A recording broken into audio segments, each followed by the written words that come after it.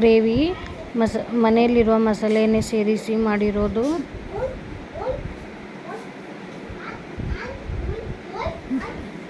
ಪಾವು ಕಿಲೋ ಫುಲ್ಗೋಬಿ ತೊಗೊಂಡಿದ್ದೀನಿ. ಅದರಲ್ಲಿ ಸ್ವಲ್ಪ ಸರಿಯಾಗಿ ನೋಡಿಕೊಂಡು ಸಣ್ಣಗೆ ಆಗಿ ಕಟ್ ಮಾಡ್ಕೊಂಡಿರಬೇಕು. ಯಾಕಂದರೆ ಸಣ್ಣ ಸಣ್ಣ ಹುಳಗಳು ಇರ್ತಾವಲ್ಲ, ಅದು ಸಲುವಾಗಿ ಹಿಂಗೆ ಸಣ್ಣಗೆ ಕಟ್ ಮಾಡ್ಕೊಂಡಿದ್ದೀನಿ.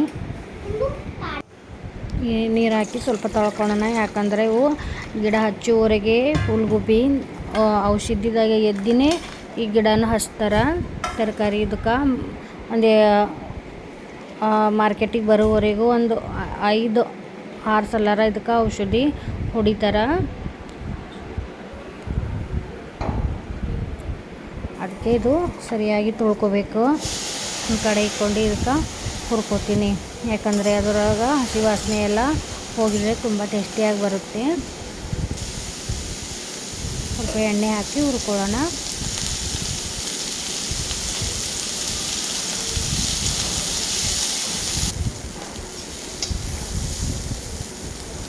ನೋಡಿ, ಈ ಥರ ಸ್ವಲ್ಪ ಕೆಂಪಗೆ ಆಗೋವರೆಗೆ ಹುರ್ಕೊಳ್ಬೇಕು.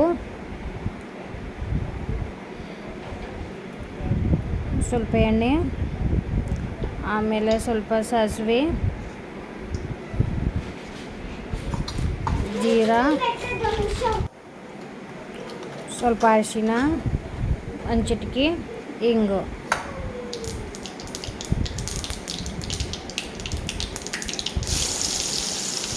ಸಾಸಿವೆ ಚಟಪಟ ಆದಮೇಲೆ ಸ್ವಲ್ಪ ಈರುಳ್ಳಿನ ಕಟ್ ಹಾಕ್ಕೊಂಡಿದ್ದೀನಿ. ಸ್ವಲ್ಪ ಕರಿಪತ್ತೆ,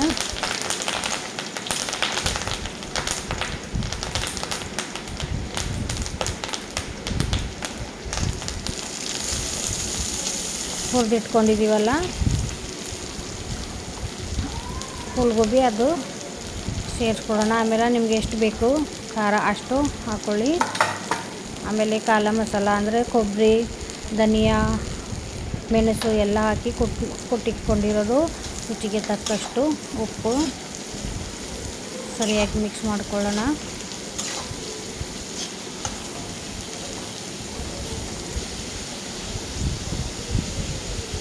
ಮತ್ತು ಶೇಂಗಾಣಿ ಕುಟ್ಟಿ ಇಟ್ಕೊಂಡಿರುವ ಹಾಕಿದ್ದೀನಿ. ಮತ್ತು ಒಂದು ಬಟ್ಲು ನೀರು, ಜಾಸ್ತಿ ಬೇಡ. ಯಾಕಂದರೆ ಹುರ್ಕೊಂಡಿದ್ದೀವಲ್ಲ, ಅದಕ್ಕೆ ಜಾಸ್ತಿ ನೀರು ಬೇಕಾಗಿರೋದಿಲ್ಲ. ರೋಟಿ ಚಪಾತಿಗೆ ತುಂಬ ಟೇಸ್ಟಿಯಾಗಿರುತ್ತೆ.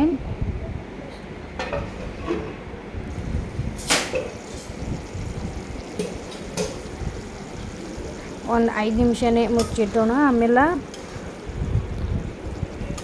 ಎಷ್ಟು ಚೆನ್ನಾಗಿ ಬಂದಿದೆಯಲ್ಲ, ಹುರಿದಿಟ್ಕೊಂಡಿದ್ದೀವಲ್ಲ, ಭಾಳ ಜಲ್ದಿ ಆಗಿಬಿಡುತ್ತೆ.